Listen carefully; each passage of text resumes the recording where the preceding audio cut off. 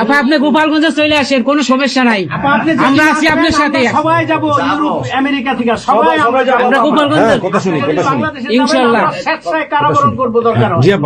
জি আপা বলেন প্লিজ। ওই আগুন দিয়ে পোড়ানোর পরে যেটুকু অবশিষ্ট ছিল সেটা লুট করতে গেছিল, তো চোর। জি বড় চোর সুদখোর। ঠক। জি আপা। আবার বিচার করবে আমাদের। আপা আচ্ছা আমি ওর বিচার করবে জনতা। জনতা তো করবেই, আমরা নিজেরা করবো আপা, ফাঁসি চাই না, নিজের হাতে আমরা করবো। দৃষ্টান্তমূলক ফাঁসি চাই, যেটা জনগণ দেখবে ওই ফাঁসি চাই। যার যার বাড়ি ঘর পড়াইছে করছে, আপা দেশের থেকে সব গরিব মানুষ এখন গ্রামে যাচ্ছে, খাবার পাচ্ছে না, কিচ্ছু পাচ্ছে না, খুব কষ্টে আছে সাধারণ পাবলিক, খুবই খারাপ আপা। আমরা দোয়া করি আপনি তাড়াতাড়ি আসেন। বৃহত্তর নোয়াখালীর অবস্থা অনেক খারাপ আপা। সারা বাংলাদেশের অবস্থা খারাপ বানায় রাখছে ওরা আপা, সারা বাংলাদেশটাকে একটা বদ্ধ ভূমি বানায় রাখছে, যেখানে সেখানে হত্যা, মানে এমন কোন লোক নাই যারা এখন শান্তিতে আছে। সবাই একটা কথাই বলে যে আগেই ভালো ছিল, আগে সরকারি ভালো ছিল। আমরা ভুল করেছি আপা, এই কথা সবাই বলে। সবাই অনুতপ্ত আপা। আপনি বলেন জি আপা প্লিজ বলেন আপা প্লিজ। প্রত্যেকটা জায়গায় তো এইভাবে। এবং এখন আবার সে ওই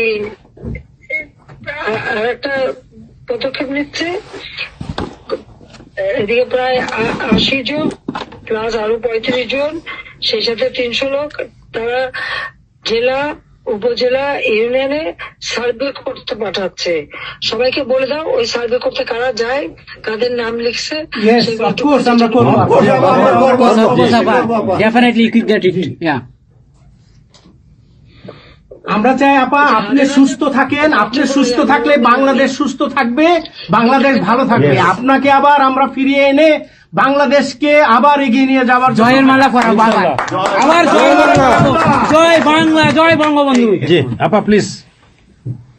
আমরা তোমাদের যে দেশে আছো সেই দেশে স্যার ডেনমার্ক আমেরিকা সবাই এখানে আছি আপা, ডেনমার্ক আমেরিকা সবাই আছি। আপা আপনি এখন আমাদের কিছু নির্দেশনা দেন, আমরা প্রবাসী থেকে কি করতে পারি, এবং বাংলাদেশে আমাদের যে ফ্যামিলি আছে, আত্মীয় স্বজন আছে, আমাদের যে বিভিন্ন দলের নেতৃবৃন্দরা আছে, আমরা কিন্তু অর্থনৈতিক থেকে বিভিন্ন ভাবে সহযোগিতা করতেছি, যারে যেভাবে পারি আমরা।